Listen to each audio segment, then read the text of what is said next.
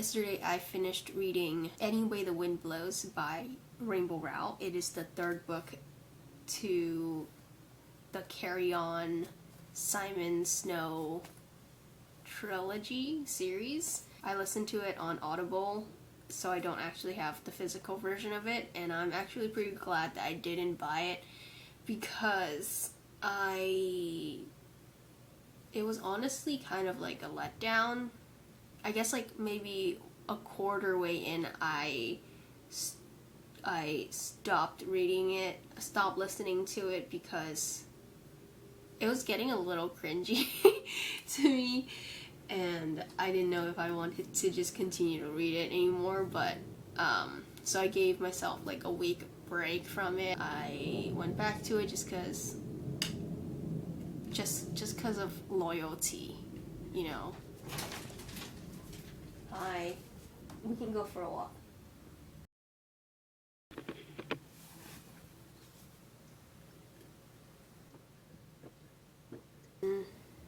What was I saying about the book? A quarter way into the book, I really didn't want to read it anymore because it was getting really, really cringy.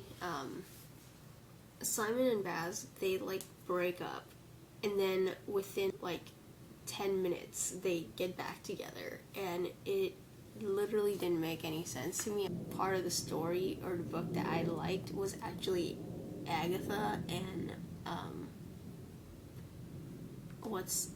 I don't know how to pronounce her name, and the goat part of the story. I wanted to know more about the goats, but I actually fell asleep when I was listening to it at the end, so I still don't know what happened to the goats, to be honest. I just know that some of them gave birth. I don't know how they're magical. I don't know how they protect Watford. I don't know. Yeah.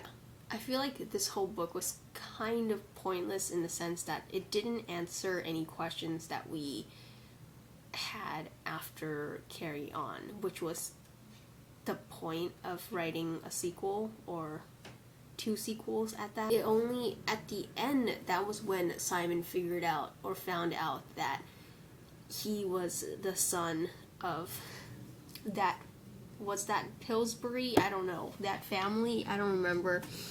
God damn it. Okay, like this is what happens when you listen to audiobooks, is that you don't have like the visual like word in your mind, so I don't remember. Salisbury. Okay, Lucy Salisbury and Davy.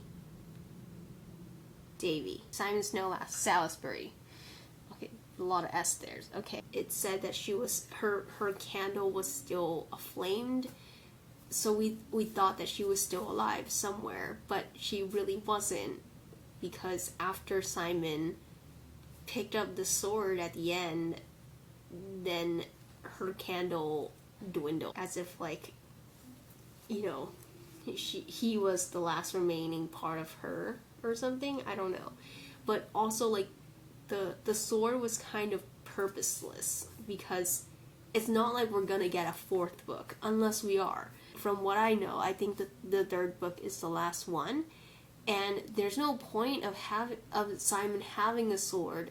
You know, like what's the point of him having a sword if there's not gonna be a use for it, or like we're not gonna see the use for it? I felt like the whole Wayward Son and the first 3/4 of the book was kind of unnecessary. We didn't need that, what's his name?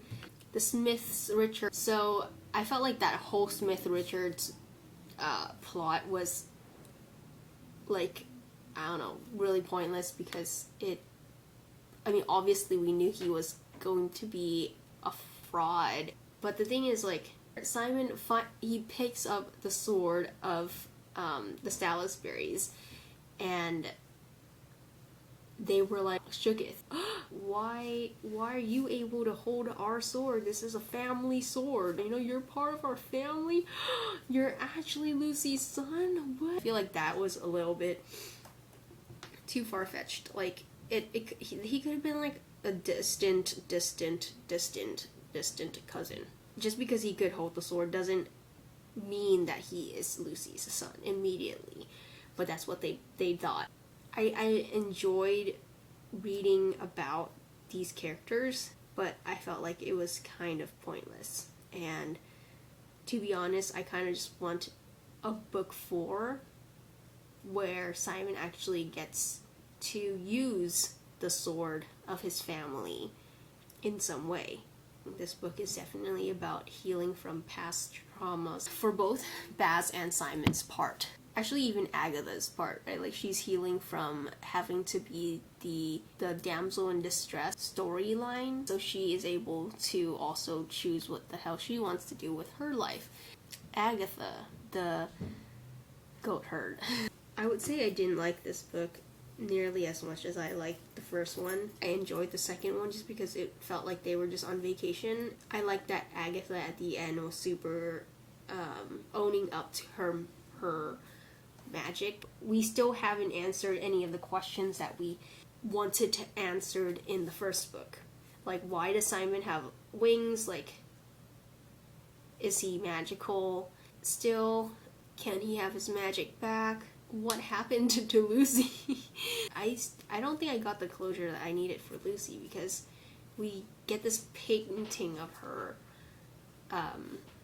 in the catacombs and she's crying, and that I was like, is she stuck in the painting or something? Like, is that why she's crying? Because she sees Simon through the painting, but she's actually stuck in the painting? I don't know. I didn't like how much there was of, like, the kissy and like, everybody being paired up with someone at the end. Like, Agatha and that girl.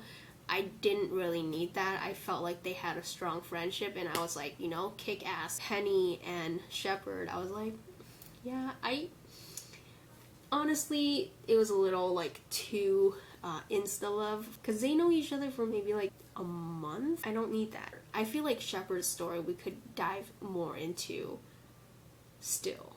Like, I feel like we know that he's no longer, like, tied to the demon, but, like, we still don't know his backstory, like, and all that other stuff about why he's so into magic world as a normal. How did he even get into it? Like, all that other stuff. I think it could have become something so much bigger, to be honest, with Shepherd, but it didn't. And Smith Richard it was like supposed to be the main plot of the story, but it was really, like, kind of like in the back of my head. Anyway, I don't recommend this book. I recommend you reading the first book, Carry On, and just leaving it at that.